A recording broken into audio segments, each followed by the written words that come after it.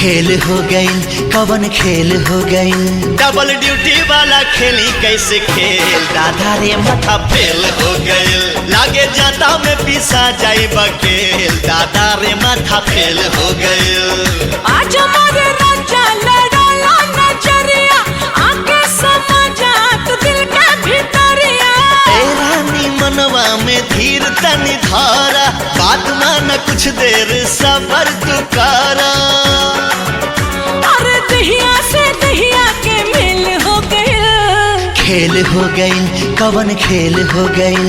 Double duty वाला खेली कैसे खेल, दादा रे माथा फेल हो गईल। लागे जाता में पिसा जाई बकेल, दादा रे माथा फेल हो गईल।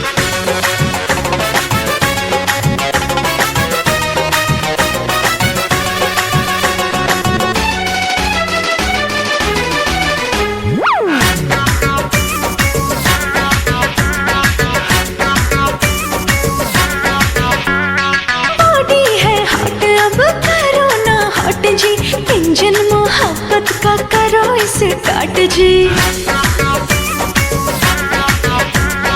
रात बाटे बाकी हो, बात बाटे बाकी, सजिया पे कुल्ही खुराफात बाटे बाकी। छनके लचड़ी खनक जाला कंगना, सुरहो सिंगार खोजे प्यार तो हर सजना।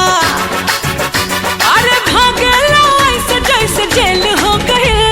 खेल हो गईल, हो कवन खेल हो गईल। डबल ड्यूटी वाला खेली कैसे खेल, दादा रे माथा फेल हो गईल। लागे जाता में पिसा जाई बकेल, दादा रे माथा रे फेल हो गईल।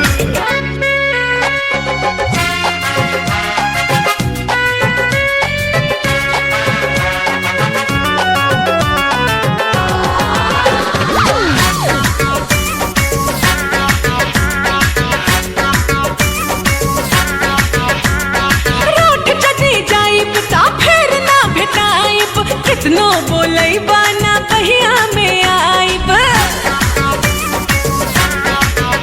हारू सबूत बहिया में तान ले हब तो के, किस लेके करवा में बांध ले हब तो के। ना जाने कैसा तू है हसबैंड, बाहों में आ जाओ कर दो ट्रेंड।